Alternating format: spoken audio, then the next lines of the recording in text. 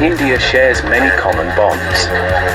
And after years of relentless efforts by many stakeholders, a stage has been reached where we can comfortably say namaste mate while referring to the Australia-India relations. Over the past few years, India has emerged as the trusted partner and a true democracy balancing the world order, especially in the greater Indo-Pacific region. Hence, coming together of the two democracies, Australia and India, is but a natural progression.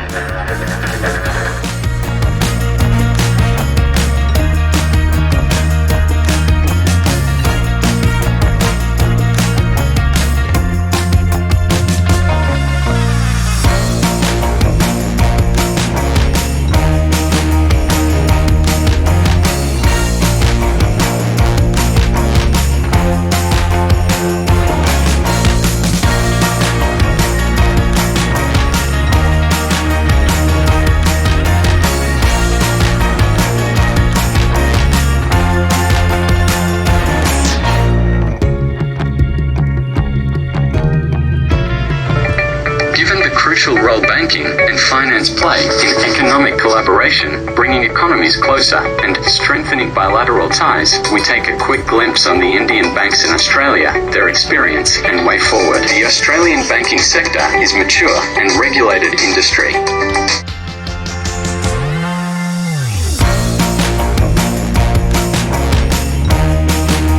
The broad framework of regulation is determined by the Australian government. However, responsibility for the day-to-day supervision of financial institutions and markets lies with the Australian Prudential Regulation Authority, API, Australian Securities and Investments Commission, ASIC, Reserve Bank of Australia, RBA.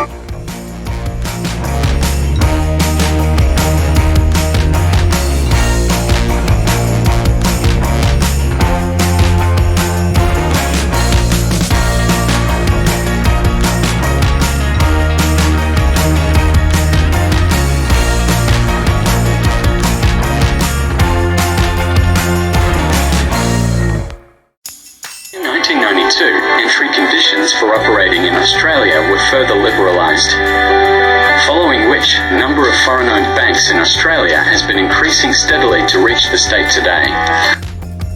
As far as Indian banks in Australia are concerned, many of them offer online banking and investment services to NRIs or non-residential Indians in Australia. Currently, 3 Indian banks, namely Union Bank of India, State Bank of India, and Bank of Baroda, have a physical presence here through their branches and subsidiaries.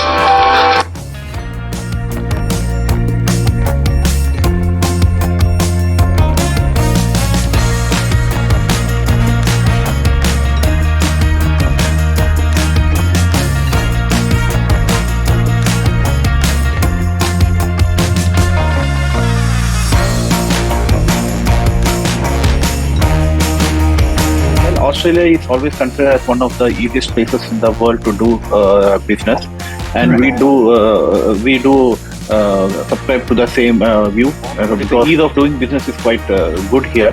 And the best feature of the Australian economy is that the regulations are quite transparent here. As a foreign authorized deposit taking institution, we call it foreign ADI. Union Bank of India has been here since in Australia since March 2016. I'm talking about the full-fledged branch. As a full-fledged branch, we had a representative office since 2009, and which we converted into a full-fledged branch in the year 2016. And the journey till now has been smooth, and the bank has always contributed towards the economic development of the country. And however, I believe, in my personal opinion, a lot more can be done so that Indian banks are able to perform in a better way. Briefly, I will like to highlight some of the current issues which banks like Union Bank of India, Indian banks like Union Bank of India are facing in Australia. Right. So the first of all, it's like the borrowing cost. So as you may be aware that recently there have been a series of hikes, almost like since May 2022 there has been a series of hikes, almost 8 interest rate hike because of the inflation. All the central banks across the world, they had to hike the interest rates, and even in Australia also, the Reserve Bank of Australia had to hike. the interest rate. In Australia, if you see, the interest rates were almost kept very low for the last 10 to 11 years, and in the last 9 months or 7 to 9 months, the interest rates have gone up. So as you everybody has been, there has been a huge hue and cry for the rise in the interest rate. So definitely the borrowing cost of all the banks here in Australia has gone up because of the rise in the inflation and the interest rate. Similarly for us also, the borrowing cost has gone up substantially. Now one of the key issues which I would like to highlight here is that you may be aware that the major low-cost source of borrowing for all the banks are the CASA. We call it CASA, current account and the savings account. Right. But Union Bank, even though we are not in the retail sector, however, when it comes to deposits of deposit foreign ADI like Union Bank of India, when I'm talking of term deposits. This term deposit is also another source of cheaper funds, because as a bank we can either borrow from the retail depositor or we can borrow in the interbank market. But when I am borrowing I'm taking a term deposit from the retail depositor, I have a restriction here, because as per the current restriction, I cannot take a deposit from an individual borrower below a ticket size of Australian dollar 250,000. So that means if a individual comes and wants to put a deposit of 20,000 Australian dollars with me, I can't take with him. However, for the corporates, I can take.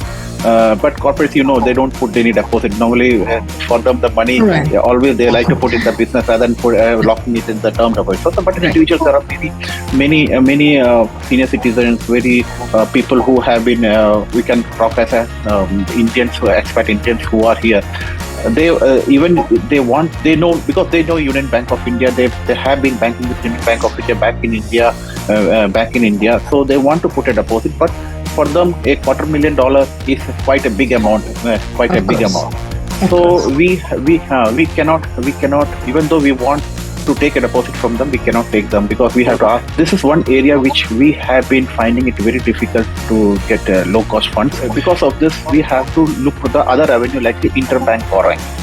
So interbank borrowing in Australia, we have been finding it very pretty difficult. So our major source of interbank borrowing is from our corporate of treasury, which is situated in India.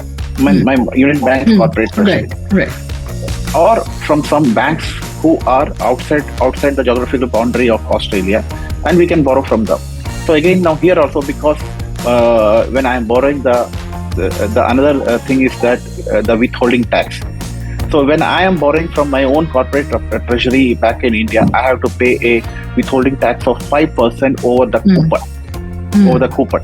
That adds to my cost. Earlier the interest rates were low. So my borrowing, if I want to borrow a 6 month funds, I could get somewhere around at 0.5%. 0.5%. So withholding 5% or 0.5% becomes 0.25%. That doesn't 0.025%. That does not pinch me much.